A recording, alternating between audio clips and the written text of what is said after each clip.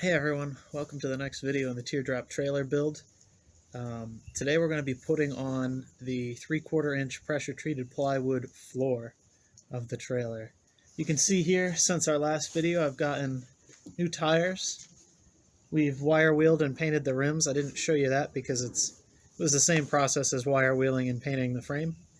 And I actually have the original hubcaps, which I did the same too. I wire wheeled those and I ended up putting 4 coats of Rust-Oleum clear coat on those just to show a little bit of character.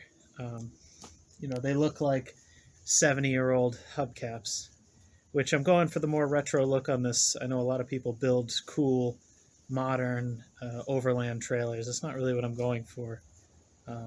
But the basic construction process is really the same if that is the idea you're going for.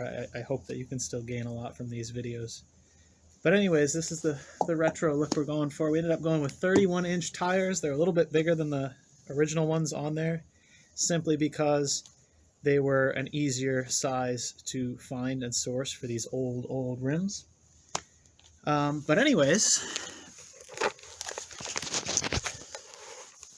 we've got our plywood floor here behind me, and it's going to go on the deck of the trailer today. So stay tuned, and we'll keep you updated. Real quickly, wanted to show the wheels and tires. High run tires, they are trailer tires. Like I said before, these guys were not cheap, unfortunately, but nice to have the peace of mind of brand new tires. Wire wheeled and painted the rims. Wire wheeled and clear coated the original hubcaps. I like the look, but let me know what you guys think.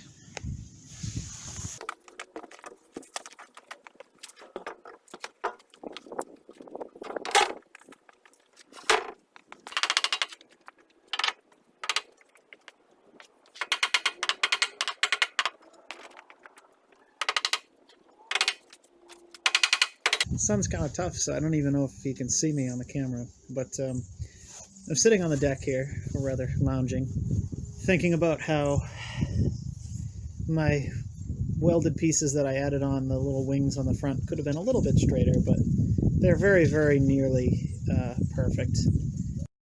The problem that I'm running into here is that the board is pretty much square everywhere else on the trailer, and the whole idea is to have it run flush with the frame so that the outside sheathing can come down over both of them and you won't see the frame at all. But here, the frame takes a bit of a curve and juts out, and that's because at some point this trailer sustained some damage. I could tell it's been repaired when I was doing my framework, that it's been, hit and repaired. So that's going to be kind of a trick to overcome this obstacle. I think I can do it later on in the process. I'd rather not have to deal with it, but obviously I'm not going to cut out and replace this section of frame at this stage. If this happens to you and you really were concerned about it, you definitely could cut out and replace, but for a 70-year-old frame, honestly, it is what it is, and we're just going to have to deal with these kind of little inconsistencies.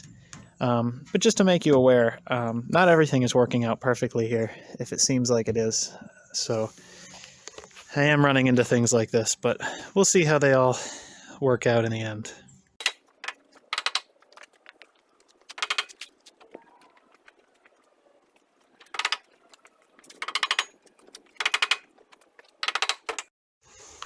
So as you guys can see, 70 years of racking stresses on this frame have left it not perfectly square, or it's entirely possible that my sheet of plywood is not perfectly square. So I do have a little bit of overhang in a couple areas, but it's okay because when we get the walls up, we're going to get it all wrapped up in aluminum, all sealed up, and you're never even going to see any of these little overhangs. But this is roughly how the floor is going to be laid on there. Now what I'm going to do next is I'm going to get underneath and use the pre-drilled holes already in the trailer frame, drill up through the plywood, well, I'm going to clamp it down to the frame so it doesn't move.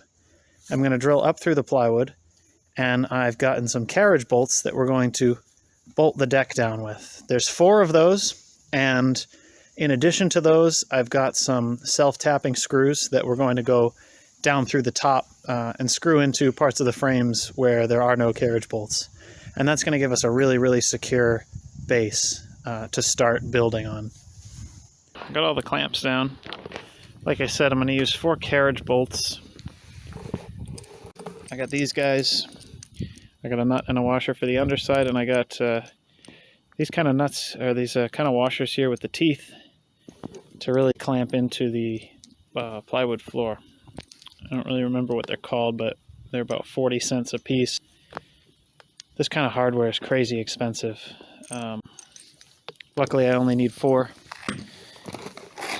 I got these guys here, these self-tapping screws to go in between. They are zinc, unfortunately. Couldn't find anything galvanized or stainless, but I think these will hold up well enough for me. I would rather have not gone with zinc. So if you guys can find a better option, I would suggest that you do that, but I think these will serve my purpose just fine. Yeah, I went to test fit one of these after I drilled the first hole and pounded it all the way in without the hardware on it, so we're going to use the handy dandy pry bar and pop this sucker back out.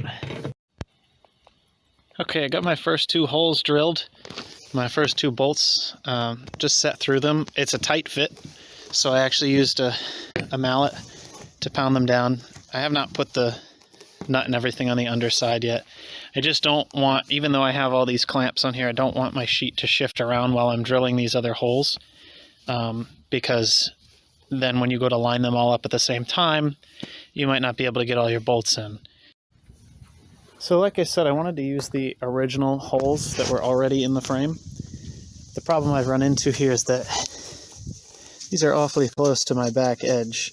It's not going to be a problem because I'll be able to notch out my frame piece here to go around them. But it's something I didn't really consider because the trailer that was initially on this frame had a pretty sizable overhang with just wooden structure past the end of this frame. So they didn't have to worry about that, but I'll show you guys how I'm going to deal with that later on when I get to it. Okay, so you can hopefully see through the shadows here. I've got bolt there,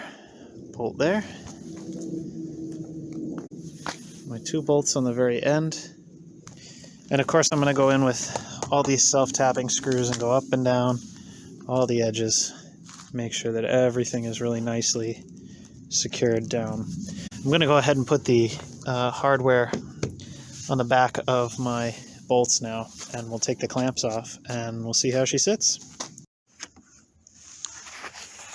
I'm going to go ahead and use a socket wrench, really get those to bite down nice and tight, because, let me get underneath here, as you can see, or as you may be able to see, there's a tiny little bit of a gap that needs pulling together. So we're going to get those cranked down nice and tight, close that gap up, and then we'll move back up top.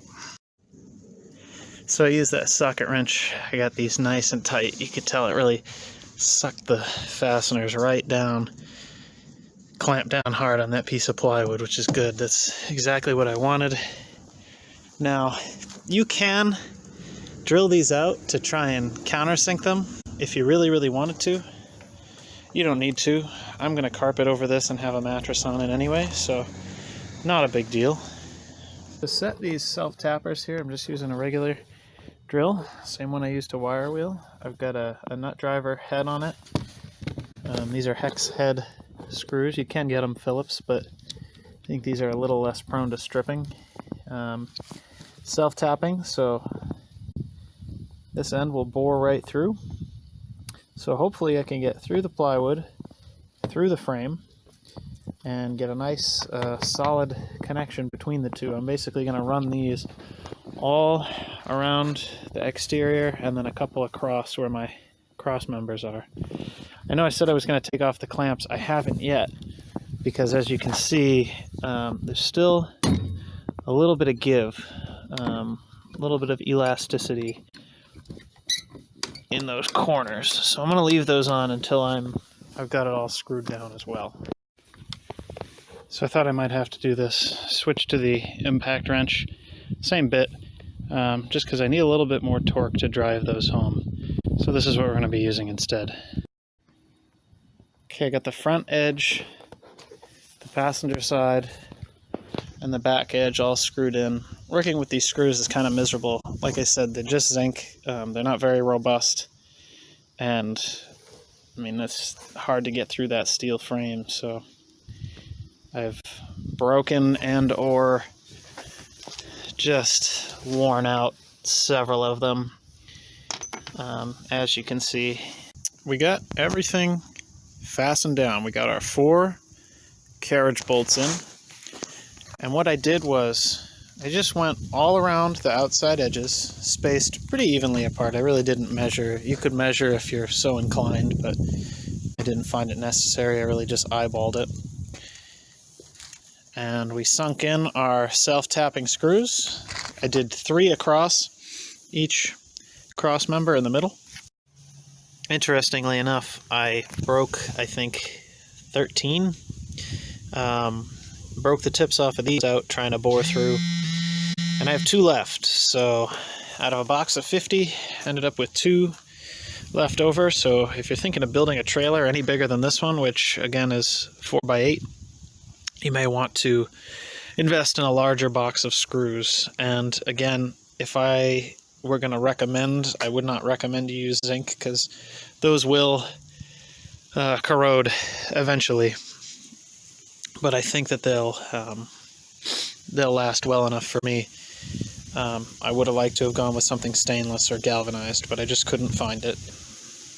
So there we have it. The deck is totally done, fastened down all around. In the next video, we're going to start construction on the walls, the rest of the structure. See, I got some lumber over there stacked up ready to go, but I also purchased the material for the walls, so you'll see that in the next video. So I hope you guys tune in, probably in the next couple days, certainly in the next week. If we get some nice weather, I'll be out here working on it. So you guys will be able to see that. Thanks for watching. Thanks for following the build. Check out my other videos on my channel. Some videos about the trailer so far and other videos as well. Thanks again, and we'll see you next time.